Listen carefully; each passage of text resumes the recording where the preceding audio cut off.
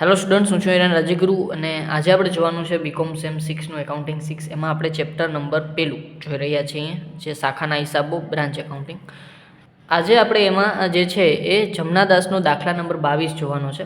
બરાબર, તો ચાલો, શું કહેવા માગે છે તો કે Messrs Umesh and Pappu brothers જૂનાગઢની એક શાખા ધ્રાંગધ્રામાં છે. બરાબર છે. મુખ્ય ઓફિસ શાખાને મૂળ કિંમત પર 25% નફો ચઢાવી ભરતીય કિંમતે માલ મોકલે છે. શાખા રોકડ તેમજ ઉધાર વેચાણ કરે છે અને શાખાએ મેળવેલ રોકડ મુખ્ય ઓફિસને મોકલી આપવામાં આવે છે. 31મી માર્ચ 2008ના રોજ પૂરા થતા વર્ષની નીચેની માહિતી પરથી મુખ્ય ઓફિસના ચોપડામાં શાખા ખાતું, શાખા નફા નુકસાન ખાતું તેમજ જરૂરી ખાતાઓ બનાવો. બરાબર, હવે આપણને એમ તો કીધું છે કે મુખ્ય ઓફિસના ચોપડે આપણે ખાતા બનાવવાના છે અને આ બે ખાતા ફરજિયાત છે, શાખા ખાતું અને નફા નુકસાન ખાતું. નફા નુકસાન ખાતું બનાવીએ છીએ તો વેપાર ખાતું પણ ઓબ્વિયસલી બનાવવું પડશે. પછી આગળ આપણને કીધું છે અને જરૂરી ખાતા તો જોશું આપણે કયા કયા જરૂરી ખાતા. આપણે મોસ્ટ ઓફ જરૂરી ખાતામાં બે ખાતા બનાવીએ છીએ, એક દેવાદારનું ખાતું અને એક છે પેટા રોકડનું ખાતું. શું કામ બનાવશું એ પણ આપણે આગળ જોશું. આપેલું છે આપણને વિગત શરૂઆતની બાકી અને આખરની બાકી. એમાં શાખાનો માલ સ્ટોક ભરતીય કિંમતે આપેલો છે, શાખાના દેવાદારો, શાખા પેટા રોકડ, શાખા ફર્નિચર, અગાઉથી ચૂકવેલ વીમો અને પગારના બાકી દેવા.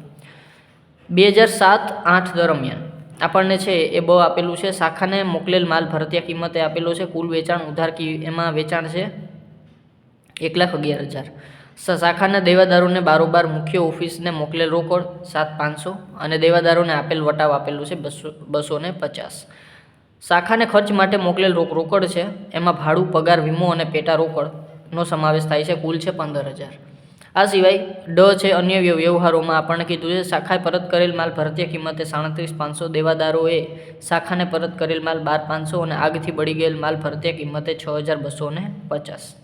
વીમા કંપનીએ ₹4,000નો દાવો તારીખ 31/3/2008ના રોજ મંજૂર કરેલ છે અને પછી આગળ આપ્યું છે આપણને તારીખ 1 ઓક્ટોબર 2007ના રોજ ફર્નિચરનું વેચાણ આપણને 4,500 આપ્યું છે અને વધારાની માહિતીમાં કીધું છે કે વેચેલ ફર્નિચરની તારીખ 1/4/2007ના રોજ કિંમત 5,000 હતી.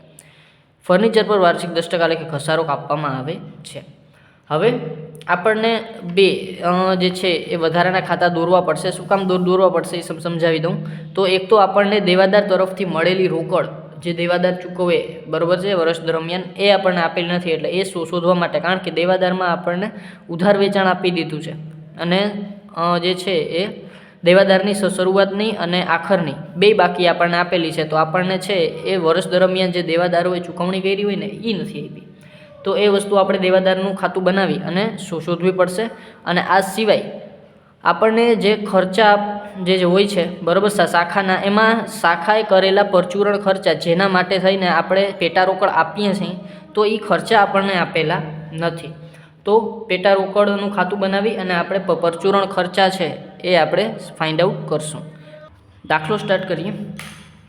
સૌપ્રથમ આપણે જે આપ્યું છે એ વસ્તુ આપણે બધી લખતા જઈએ. મેં તમને કીધું એ પ્રમાણે આપણે શાખા ખાતું કીધું છે બનાવવાનું, દેવાદારનું ખાતું, અને આ બધું મુખ્ય ઓફિસના ચોપડે છે. પેટા રોકડ ખાતું શું કામ બનાવશું, આ બે ખાતા એ તમને મેં સમજાવી દીધું. પછી શાખાનું વેપાર ખાતું બનાવશું અને શાખાનું નફા નુકસાન ખાતું બનાવશું. બરાબર, ક્લિયર થઈ ગયું. સૌપ્રથમ આપણે જે આપ્યું છે એ પ્રમાણે આપણે આગળ વધતા જઈએ.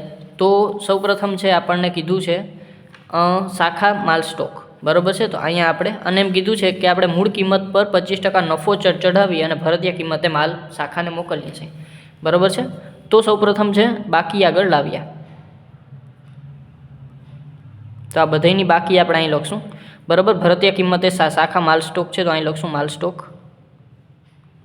પૂરેપૂરું ભરતીય કિંમતે 52,500, બરાબર. અને બાકી આગળ લઈ ગયા, સામેની સાઈડ જ લખશું આપણે.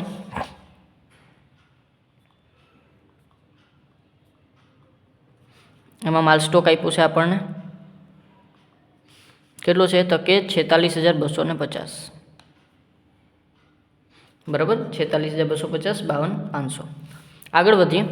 હવે આની ક્રોસ એન્ટ્રી આપણે વેપાર ખાતું બનાવીએ છીએ એમાં કરવી પડશે, બરાબર. પણ અહીંયા વેપાર ખાતામાં જે છે એ આપણે ભરતીય કિંમતે નહીં પણ મૂળ કિંમતે છે એ લખવું પડશે. તો અહીંયા લખશું આપણે શરૂઆતનો સ્ટોક, બરાબર. 52,500 છે આપણને અને એ ભરતીય કિંમત આપ્યું છે અને આપણને કીધું છે કે 25% ભરતીય કિંમતે ચઢાવી છે, મૂળ કિંમત પર 25% ચઢાવી અને આપણે ભરતીય કિંમત તૈયાર થાય છે. તો 52,500 હવે એમાં ત્રિરાશિ આપણે મૂકવાની છે. આ છે ફરજિયાત કિંમત સહિત છે એટલે 125 એ આપણો 52,500 છે. તો 100 એ કેટલા બરાબર, તો ગુણ્યા 100 ભાગ્યા 125 બરાબર. ચાલો તો આ આવશે આપણી પાસે 42,000 બરાબર છે. તો આ આપણી મૂળ કિંમત આવશે અહીંયા 42,000. ખબર ના પડી હોય તો હમણાં આપણે રફ પેજ કરી નાખીએ બરાબર છે. ચાલો હું રફ પેજ લઈ લઉં. ચાલો આપણને કીધું છે ફરજિયાત કિંમતે અને એમ કીધું છે કે મૂળ કિંમત પર 25% નફો ચડાવીને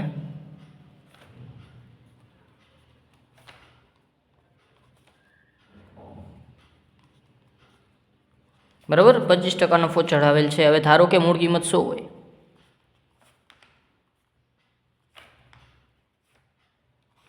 તો ફરજિયાત કિંમત કેટલી થાય? ફરજિયાત કિંમત એમાં 25% નફો એટલે +25. તો આ થઈ જશે આપણા 125 અને આ થઈ જશે આપણી ફરજિયાત કિંમત. હવે ફરજિયાત કિંમત આપ્યું છે તો 125 આપણને આપેલું છે 52,500 બરાબર છે. તો આપણે મૂળ કિંમત જોઈએ છીએ તો 100 એ કેટલા બરાબર. તો આવી રીતે ત્રિરાશિ આપણે મૂકી દીધી. તો 52,500 ગુણ્યા 100 ભાગ્યા 125 અને આ જ મેથડ આપણે આખા દાખલામાં યુઝ કરશું બરાબર છે. ચાલો તો આ વસ્તુ યાદ રાખી લેવાની છે. 52,500 એટલે કોઈ પણ જે છે માલ હશે એને આપણે ગુણ્યા 100 ભાગ્યા 125 કરશું એટલે આ આવશે આપણી પાસે 42,000. તો અહીંયા 42,000 અને એનો તફાવત આપણે લખશું અહીંયા 52,500 શાખા ખાતામાં જમા બાજુ એટલે 10,500 શરૂઆતના સ્ટોકનો તફાવત એ આવશે 10,500 બરાબર. આગળ વધીએ. આખરનો સ્ટોક છે આપણે એ પણ વેપાર ખાતામાં લખવાનો છે. તો અહીંયા લખશું વેપાર ખાતામાં આખરનો સ્ટોક પણ એ પણ આપણે ફરજિયાત કિંમત આપ્યો છે 46,250. તો એને ગુણ્યા 100 ભાગ્યા 125 કરશું એટલે આપણી પાસે આવશે 37,000 અને એ આવશે આપણો આખરનો સ્ટોક 37,000 બરાબર છે. ચાલો આગળ વધીએ. 37,000 આખર સ્ટોક થયો આપણો અને એની આપણે તફાવત 46,250 એને આપણે જે આપણું છે 9,250 એ આપણે ક્યાં લખશું તો કે આપણા શાખા ખાતામાં જમા બાજુ. તો અહીંયા લખશું આપણે આખર સ્ટોક તફાવત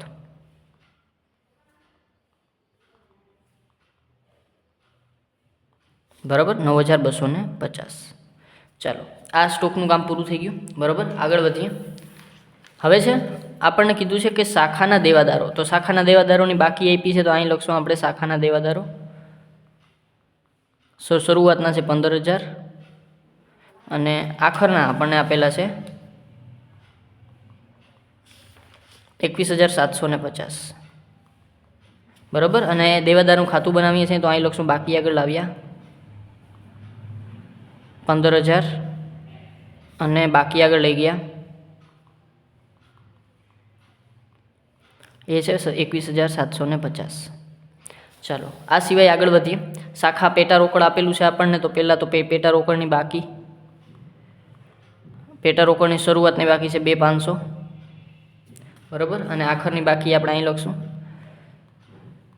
પેટા રોકડ અને એ આપણે આપેલી છે 3,000.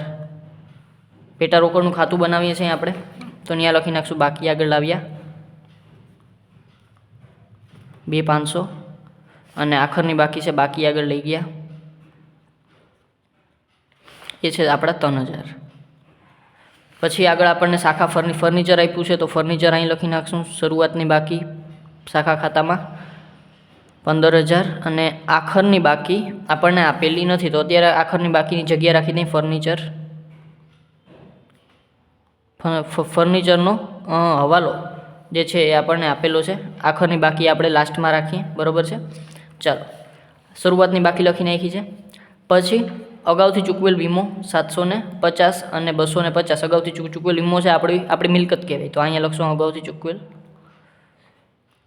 વીમો શાખા ખાતામાં ઉધાર બાજુ અને એ થશે 750. એની આખરની બાકી શાખા ખાતામાં જમા બાજુ અગાઉથી ચૂકવેલ વીમો અને એ છે આપણી પાસે 250 તો અહીંયા લખશું આપણે 250 બરાબર છે. ચાલો આગળ વધીએ. આગળ આપ્યું છે આપણને પગારના બાકી દેવા આપણું દેવું છે તો અહીંયા શરૂઆતની બાકી શાખા ખાતામાં જમા બાજુ પગારના બાકી દેવા એ આપણને આપેલા છે 500 અને અહીંયા આપણે પગારના બાકી દેવા. હવે એમાં ડેશ આપેલો છે, ક્વેશ્ચન માર્ક નથી આપેલો, બરાબર. તો આપણે જો પગારના બાકી દેવા હશે, બરાબર, આપણે હિસાબ કરશું, બરાબર, જેવી રીતે પગારના આપણને મોકલે છે, બરાબર, મુખ્ય ઓફિસ આપણે મોકલીએ છીએ કે કઈ રીતના હશે એ પ્રમાણે આપણે અહીંયા લખશું, બરાબર. જો નહીં હોય તો નહીં લખીએ, નહીંતર લખી નાખશું. ચાલો પછી બમાં આપણને આપેલું છે 2007-8 દરમિયાન શાખાને મોકલેલ માલ ભરતિયા કિંમત. હવે શાખાને માલ મોકલીએ છીએ આપણે, બરાબર છે. તો અહીંયા આપણે શાખા ખાતામાં ઉધાર બાજુ લખશું મોકલેલ માલ. આ બધી આપણી અહીં સુધીની શરૂઆતની બાકી છે, એને તમે ઇનર કોલમમાં લખો ને પછી બહાર લખો તોય ચાલશે, અને મેં ડાયરેક્ટ બહાર લખી નાખ્યું છે. ચાલો અહીંયા લખશું આપણે મોકલેલ માલ. તો મોકલેલ માલ છે આપણી પાસે ભરતિયા કિંમતે 3,93,750, 3,93,750, બરાબર. હવે મોકલેલ માલ આપણે વેપાર ખાતામાં લખશું, બરાબર છે. તો અહીં લખશું મોકલેલ માલ. પણ હવે મોકલેલ માલ છે તો આપણે એને મૂળ કિંમતે લેવું પડશે 3,93,750 એને ગુણ્યા 100 ભાગ્યા 125, જેમ મેં પાછળ તમને કીધું એવી રીતે 3,15,000 આપણો મોકલેલ માલ થશે. તો અહીં લખી નાખશું 3,15,000. બહાર લખું છું, બરાબર. કદાચ કાંઈ પરત કરવાનું થાય, જો નહીં થાય તો આપણે બહાર લખી નાખશું, બરાબર. ચાલો આગળ વધીએ. ના, હજી તો જે છે મોકલેલ માલ થઈ ગયો. આ છે આપણી મૂળ કિંમતે, આ ભરતિયા કિંમતે. તો તફાવત આપણે અહીં લખવો પડશે, મોકલેલ માલનો તફાવત.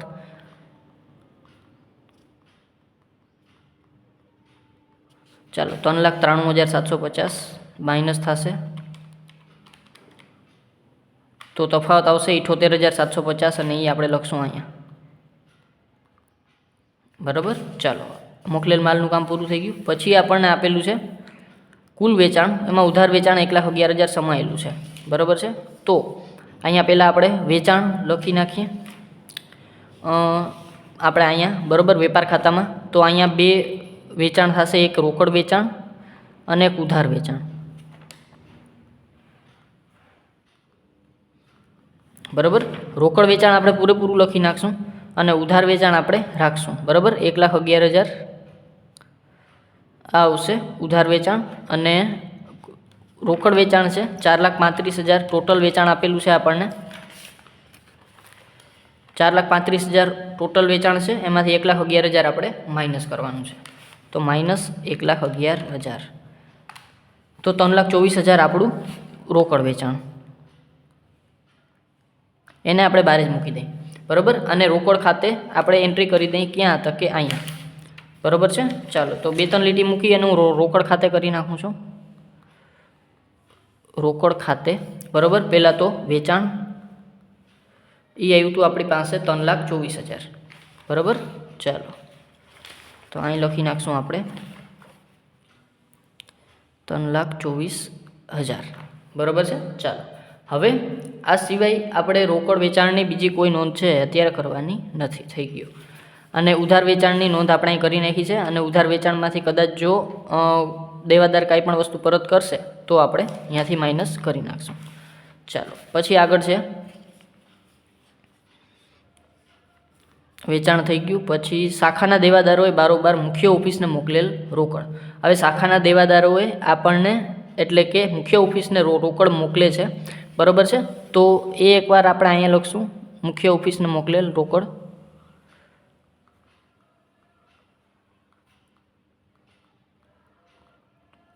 અને એ આવશે 7,500 જે મોકલે છે. આ સિવાય આપણે રોકડ મળે છે તો અહીંયા આપણે લખશું મુખ્ય ઓફિસને દેવાદારો દ્વારા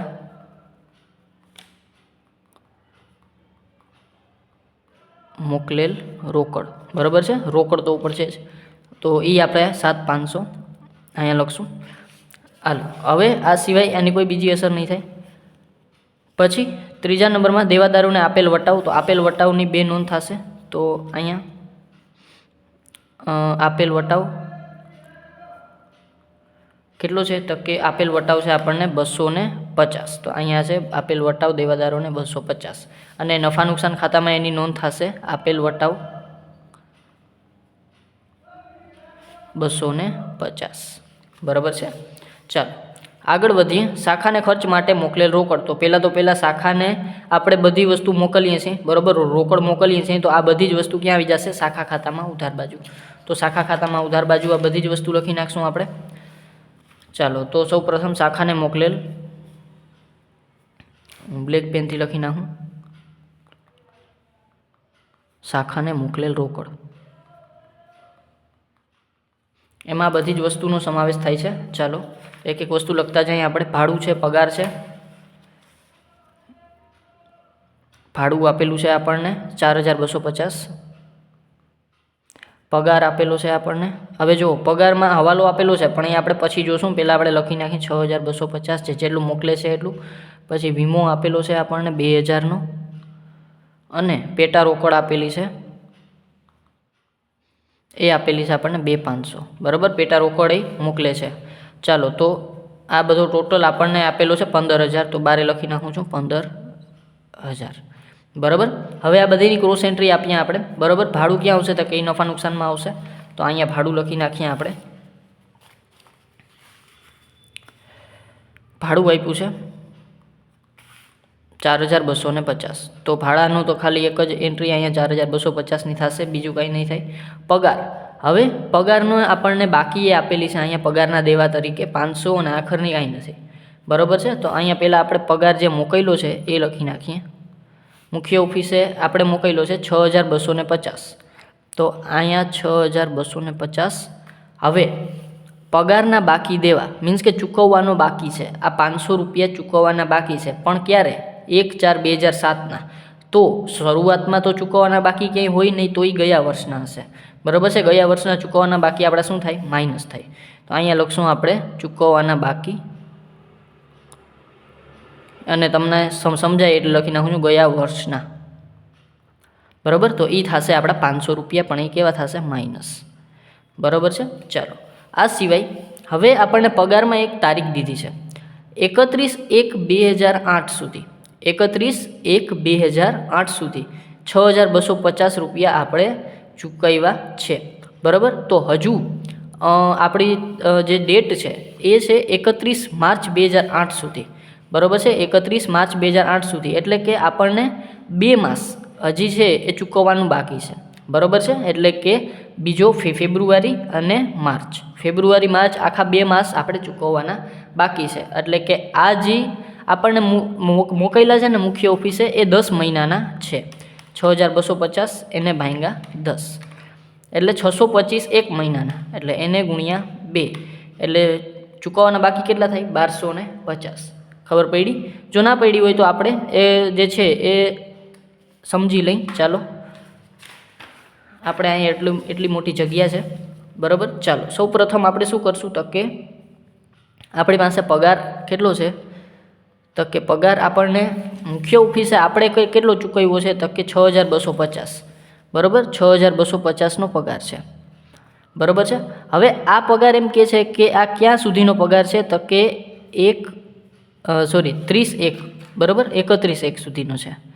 31/1/2008 સુધીનો પગાર છે આપણી પાસે, બરાબર. પણ આપણું ફાઇનાન્શિયલ યર ક્યારે પૂરું થાય છે? તો કે એ થાય છે 31/3/2008ના, બરાબર છે. તો આ આપણું યર અહીંયા પૂરું થાય છે 31/3ના રોજ. તો 2 માસનો પગાર મીન્સ કે હજુ આપણે ચૂકવવાનો બાકી છે, બરાબર. અને આ જે ચૂકવ્યો હશે એ એને ક્યારથી ચૂકવ્યો હશે? તો કે 1/4થી, 1/4/2007થી. તો 1/4થી તમે અહીં સુધી હિસાબ કરો તો 10 મહિના થાય, બરાબર. તો 10 મહિનાનો પગાર 6250, બરાબર છે. તો એને ડિવાઈડ બાય 10 કરો તમે, તો 0 કટ થઈ ગયા. તો 1 માસનો પગાર તમારો 625 થાય. તો હવે એ 625 એક માસનો, તો 2 માસના કેટલા થાય જે આપણે ચૂકવવાના બાકી છે? તો એને ગુણ્યા 2, બરાબર. તો એ થશે આપણી પાસે 1250. તો આ ચૂકવવાનો બાકી છે 1250. આ આપણો ચાલુ વર્ષનો ચૂકવવાનો બાકી પગાર છે, જે આપણે ક્યાં કરવો પડશે? નફા નુકસાનમાં પ્લસ કરવો પડશે. તો નફા નુકસાનમાં આપણે 1250 શું કરશું? એડ કરશું, પ્લસ ચૂકવવાનો બાકી કયા? તો કે ચાલુ વર્ષનો. તો એ આવશે પ્લસ 1250. ચાલો, તો આ આપણે ચૂકવવાનો બાકી પગાર છે, આખરની બાકી છે આપણી. બરાબર છે. ચાલો તો 1250 વર્ષ દરમિયાન, તો આને આપણે બંધ કરી દઈએ તો 6250 માઇનસ 500 પ્લસ 1250 એટલે એ આવશે 7000 અને 12 આપણો 7000 વર્ષ દરમિયાનનો પગાર જે ખર્ચ છે આપણો એ. હવે 1250 આપણી પાસે આખરની બાકી આવી ચાલુ વર્ષના પગારની, બરાબર છે. તો એના આપણે અહીંયા જગ્યા રાખી હતી, ત્યાં લખી નાખીએ 1250 આપણો પગાર, બરાબર, જે આખરની બાકી આપણી હતી એ, બરાબર છે. ચાલો આગળ વધીએ. પગારનું કામ થઈ ગયું, ગર્ભિત હવાલો હતો, બરાબર છે. ચાલો પછી વીમો, અને મોટાભાગના આવી રીતે ગર્ભિત હવાલા તમને પગારમાંય આપે, વીમામાંય આપે, બરાબર છે. તો ધ્યાનથી સમજવાનું, જોવાનું અને પછી દાખલો ગણવાનો. વીમો આપેલો છે આપણને 2000, તો વીમો જોઈએ આપણે નફા નુકસાનમાં આવશે. વીમો આપણે ચૂકવ્યો છે મુખ્ય ઓફિસે 2000. હવે 2000 ચૂકવ્યો છે અને વીમાને આપણને કીધું છે અગાઉથી ચૂકવેલ વીમો 750 પહેલી તારીખનો, અગાઉથી ચૂકવેલ પહેલી તારીખે અગાઉથી ચૂકવીએ આપણે તો એ ચાલુ વર્ષ માટે જોઈએ. તો ચાલુ વર્ષનું આપણે શું કરવાનું? પ્લસ કરવાનું. તો પ્લસ અગાઉથી ચૂકવેલો ચાલુ વર્ષ માટે કેટલો છે? તો કે 750. તો 750 પ્લસ થશે. આ સિવાય આપણે માઇનસ કરશું શું? તો કે આખરની બાકી અગાઉથી ચૂકવેલ વીમો 250નો આપેલો છે આપણને. તો અહીંયા આપણે અગાઉથી ચૂકવેલ પણ આખરની બાકી છે અને અગાઉથી ચૂકવેલું છે, તો આવતા વર્ષ માટે હશે. તો આ છે આવતા વર્ષ માટે, બરાબર છે. ચાલો માઇનસ કરશું આપણે તો એ થશે 250. ચાલો તો 750માંથી 250 માઇનસ, બરાબર, 2000 પ્લસ 750 માઇનસ 250 એટલે 2500 રૂપિયા. આ આવશે 12, બરાબર. અને આખરની બાકી તો આપણે ઓલરેડી લખી નાખી છે એટલે એમાં કંઈ લખવાની હવે જરૂર નથી, બરાબર છે. ખબર પડી ગઈ? ચાલો, છતાં કંઈ ડાઉટ હોય તો મને પૂછી લેજો. આગળ વધીએ. વીમો થઈ ગયો. પછી પેટા રોકડ આપી છે આપણને 2500. તો પેટા રોકડ આપણે મોકલીએ છીએ, બરાબર. તો એ નફા નુકસાનમાં તો નહીં આવે, પણ ક્યાં આવશે? તો કે પેટા રોકડનું આપણે જે ખાતું બનાવ્યું છે ને ત્યાં, બરાબર. તો અહીં લખશું મોકલેલ પેટા રોકડ,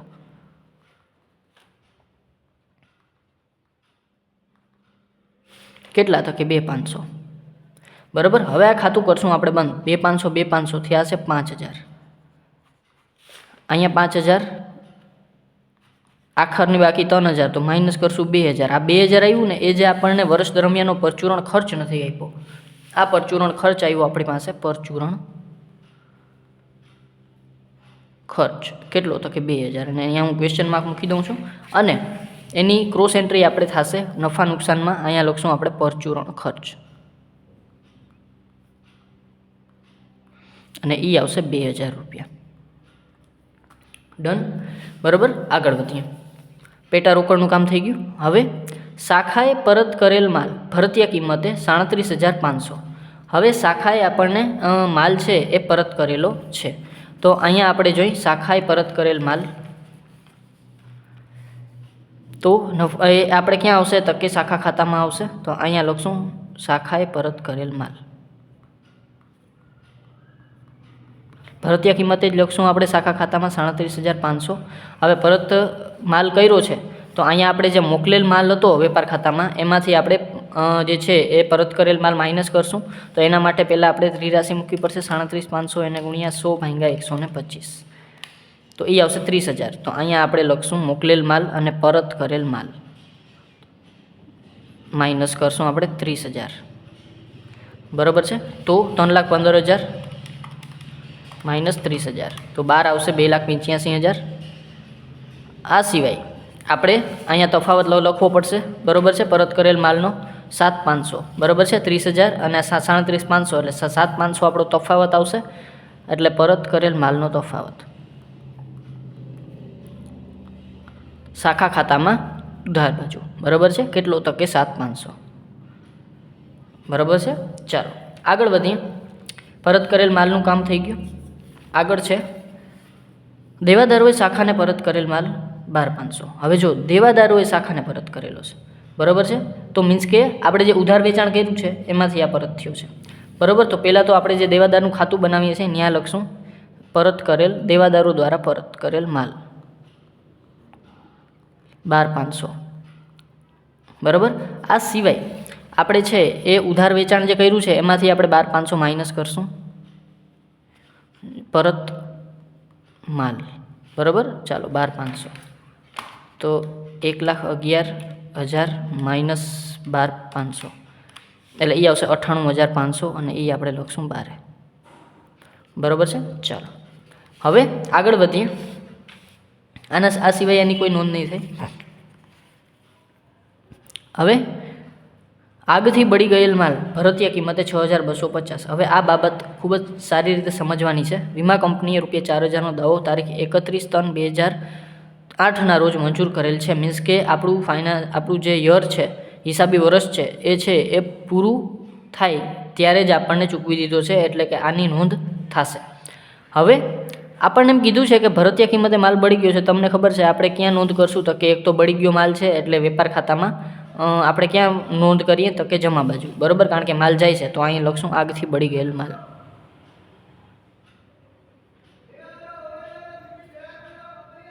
બરાબર છે. તો 6,250 એને ગુણ્યા 100 ભાગ્યા 125, બરાબર. આપણે મૂળ કિંમત જોઈ છે તો 5,000ની મૂળ કિંમત છે, તો અહીં લખશું આપણે 5,000 મૂળ કિંમત, બરાબર છે. હવે આપણને એમ કીધું છે કે વીમા કંપનીએ દાવો મંજૂર કર્યો છે, બરાબર. 6,250નો માલ હતો અને 5,000 આપણે ખરેખર મૂળ કિંમતનો માલ બળી ગયો છે અને વીમા કંપનીએ 4,000નો દાવો મંજૂર કર્યો છે, બરાબર છે. વીમા કંપનીએ કેટલાનો દાવો મંજૂર કર્યો છે? 4,000નો. તો પહેલાં તો જે વીમા કંપનીએ દાવો મંજૂર કર્યો ને એ આપણે રોકડ ખાતે લખી નાખીએ, બરાબર. વીમા કંપની દ્વારા મંજૂર કરેલ દાવો,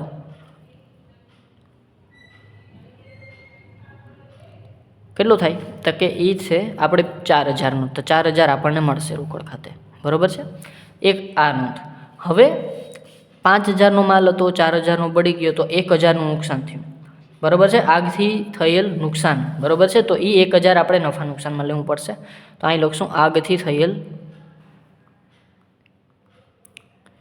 નુકસાન 1,000, બરાબર. 1,000 રૂપિયાનું નુકસાન થઈ ગયું આપણે, બરાબર, આગથી જે માલ બળી ગયો હતો એનાથી. ચાલો આ થઈ ગયું. હવે આના સિવાય આની કોઈ નોંધ બીજી નહીં થાય. આગળ વધીએ. અહીં સુધી થઈ ગયું છે.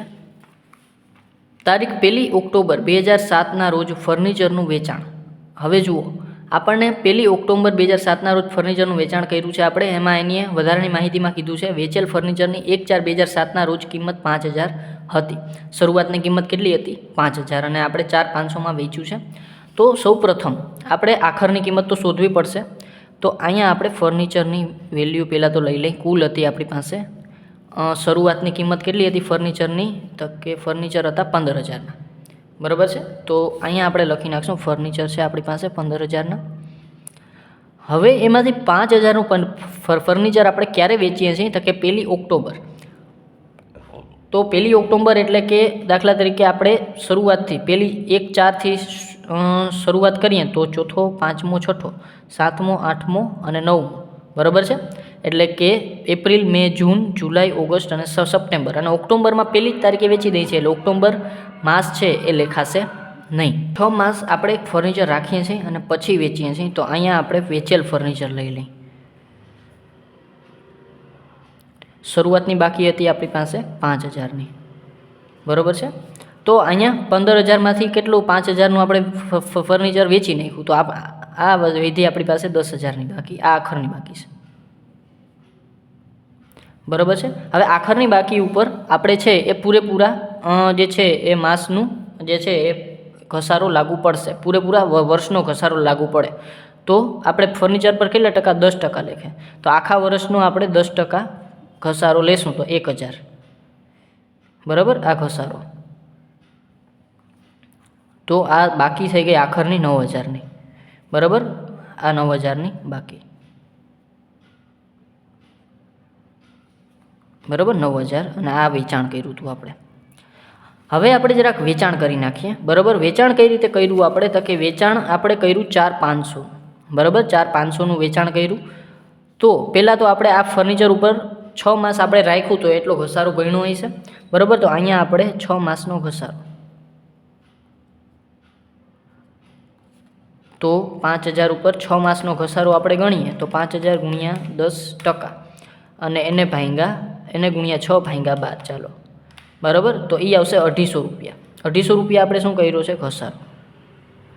તો ઘસારા બાદની 6 માસ પછીની વેલ્યુ આપણી શું થાય? તો કે માઇનસ આપણે 5000 કરીએ ને તો 4750 એની ખરેખર વેલ્યુ થાય, ખરેખર કિંમત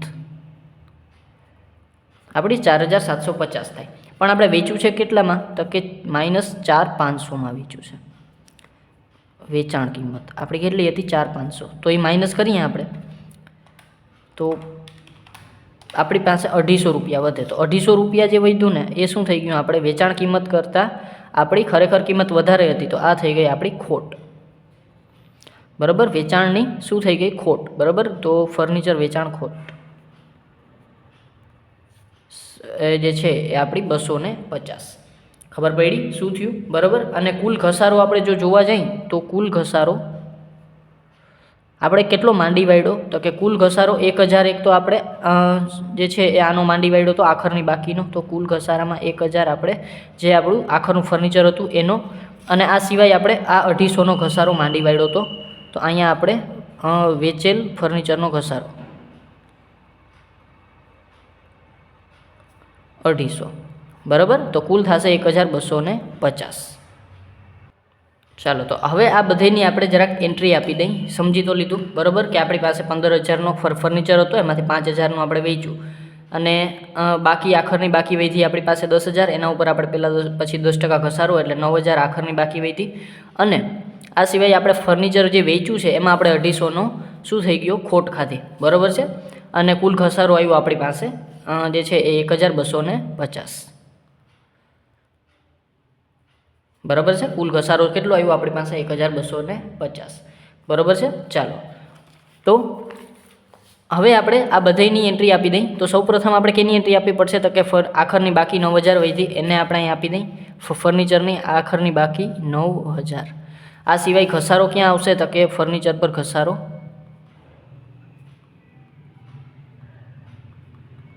કેટલો છે? તો કે એ આપણે લીધો તો 1250. તો અહીં લખશું 1250. આ સિવાય આપણે જે ફર્નિચર વેચાણ ખોટ છે એ પણ દેવી પડશે 250. બરાબર, એ પણ નુકસાન છે આપણું. અહીં લખશું ફર્નિચર વેચાણ ખોટ. એ કેટલી આવશે? તો કે 250. આ સિવાય આપણે ફર્નિચર વેચ્યું છે, કેટલાનું વેચ્યું છે? તો કે 4500નું. તો એટલી રોકડ આપણને મળશે, એટલે કે શાખાને મળશે. બરાબર, તો એ શાખાને આપણે રોકડ ખાતે લખશું અહીંયા ફર્નિચરનું વેચાણ. કેટલાનું? તો કે 4500. બરાબર છે. ચાલો, આ વસ્તુ ક્લિયર થઈ ગઈ. આટલી નોંધ છે એ થશે. કઈ કઈ વસ્તુની નોંધ થશે? તો કે એક તો આપણા ઘસારાની નોંધ થશે પહેલી. બરાબર છે. પછી આપણે ખોટની નોંધ થશે એ બીજી. પછી ત્રીજા નંબરમાં તો કે આખરની બાકી ત્રીજી, અને જે રોકડ આપણે આવી ચોથી. એટલે કે આ હવાલાની 4 નોંધ થશે. બરાબર છે. કઈ કઈ નોંધ થશે? તો કે ઘસારો, ખોટ, આખરની બાકી અને રોકડ. બરાબર, જે રોકડ આપણને વેચાણથી આવશે એની. બરાબર છે. ચાલો, તો આ થઈ ગયો આપણો ફર્નિચર વેચાણનો હવાલો. હવે આ સિવાય હવે આપણે ધીમે ધીમે ખાતા બંધ કરીએ. બરાબર, પહેલાં દેવાદારનું ખાતું બંધ કરીએ, અને દેવાદારમાં આપણે ઉધાર વેચાણ લખ્યું નથી તો ઉધાર વેચાણ લખી નાખીએ 1,11,000. તો અહીં લખી નાખશું ઉધાર વેચાણ 1,11,000. હવે દેવાદારનું ખાતું બંધ કરી દઈ. બધી વસ્તુ આવી ગઈ છે. બરાબર, તો બંધ કરીએ દેવાદારનું ખાતું. હવે દેવાદારની ઉધાર બાજુની રકમ છે એ વધારે હશે, કારણ કે 1,11,000 મને અહીંયા દેખાય જ છે. 1,11,000 પ્લસ 15,000 એટલે દેવાદારના ખાતામાં ટોટલ થશે 1,26,000. ચાલો, આ 1,26,000 માઇનસ કરીએ 7,500 પ્લસ 250 પ્લસ 12,500 માઇનસ કરશું, અને હજી આ પ્લસ કરવાનું છે 21,750, અને એમાંથી માઇનસ કરશું 1,26,000. તો એ આવશે 84,000. અને આ 84,000 આવ્યું એ શું આવશે? આપણી પાસે દેવાદારો દ્વારા ચૂકવેલ રોકડ.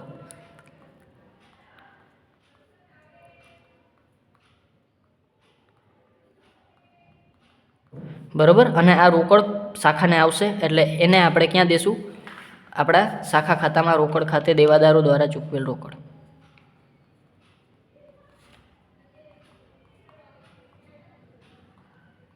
એ આવશે 84,000. બરાબર છે. ચાલો, આ સિવાય હવે આપણે બીજું કંઈ રહેતું નથી. તો હવે પેટા રોકડ ખાતું બંધ થઈ ગયું છે. તો શાખાનું વેપાર ખાતું અને નફા નુકસાન ખાતું આ બે ખાતા બંધ કરીએ. ચાલો, તો સૌપ્રથમ શાખાનું વેપાર ખાતું બંધ કરીએ. તો 3,24,000 પ્લસ 98,500 પ્લસ 5,000 પ્લસ 37,000 એટલે એ આવશે 4,46,500 સોરી 4,64,500. બરાબર છે. ચાલો, તો અહીં લખશું 4,64,500 અને અહીંયા 4,64,500 અને માઇનસ કરશું 42,000 અને 2,85,000. તો એ આવશે 1,37,500 અને આ આવશે કાચો નફો 1,37,500. ચાલો, અને આને લખી નાખીએ અહીં કાચો નફો 1,37,500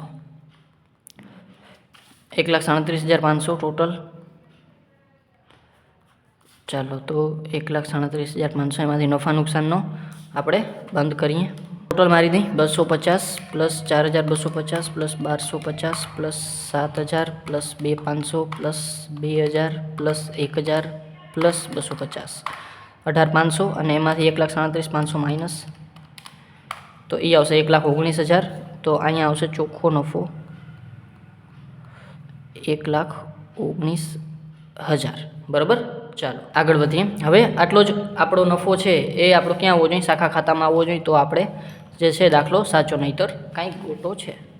ચાલો, ઈશ્વરનું નામ લઈ અને 10,500 plus 500 plus 78,750 plus 3,24,000 plus 7,500 plus 4,000 plus 4,500 plus 37,500 plus 84,000 plus 46,250 plus 21,750 plus 3,000 plus 9,000 plus 250 6,31,500. તો અહીંયા હું લખીશ 6,31,500 અને અહીંયા 6,31,500.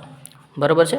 ચાલો, આગળ છે 52,500 plus 15,000 plus 2,500 plus 15,000 plus 750 plus 3,93,750 plus 15,000 plus 7,500 plus 1,250 plus 9,250 minus કરશું આપણે 6,31,500 એટલે આ આવશે 1,19,000. ચાલો, આવી ગયો. આ આવશે આપણો શાખા ખાતાનો નફો. બરાબર, 1,19,000. બરાબર છે. એટલે કે આપણો શાખા ખાતાનો અને ક્યાંનો તો કે નફા નુકસાન ખાતાનો નફો છે એ ટેલી થઈ ગયો. બરાબર છે. તો આ થઈ ગયો આપણો જે છે એ પૂછાયેલો તો નહીં પણ પૂછાઈ શકે એવો દાખલો. અને ઘણા નાના પોઈન્ટ એવા છે કે જે આ દાખલામાં તમારે ખરેખર ધ્યાનમાં રાખવા જોઈએ. બરાબર છે. તો આવા જ પ્રકારના દાખલા છે એક્ઝામમાં હોય છે અને આના નાના પોઈન્ટ છે ને એ વધારે તમારા માટે મહત્ત્વના છે. બરાબર છે. તો આવા જ સમની છે પ્રેક્ટિસ કરજો. બરાબર છે. જો વિડીયો ગમ્યો હોય તો લાઇક કરજો, શેર કરજો તમારા ફ્રેન્ડ્સ સાથે અને સબસ્ક્રાઈબ આ ચેનલને જરૂરથી કરી નાખો જેથી કરીને આવતા વિડીયોઝ તમને સરળતાથી મળી રહે. Thank you.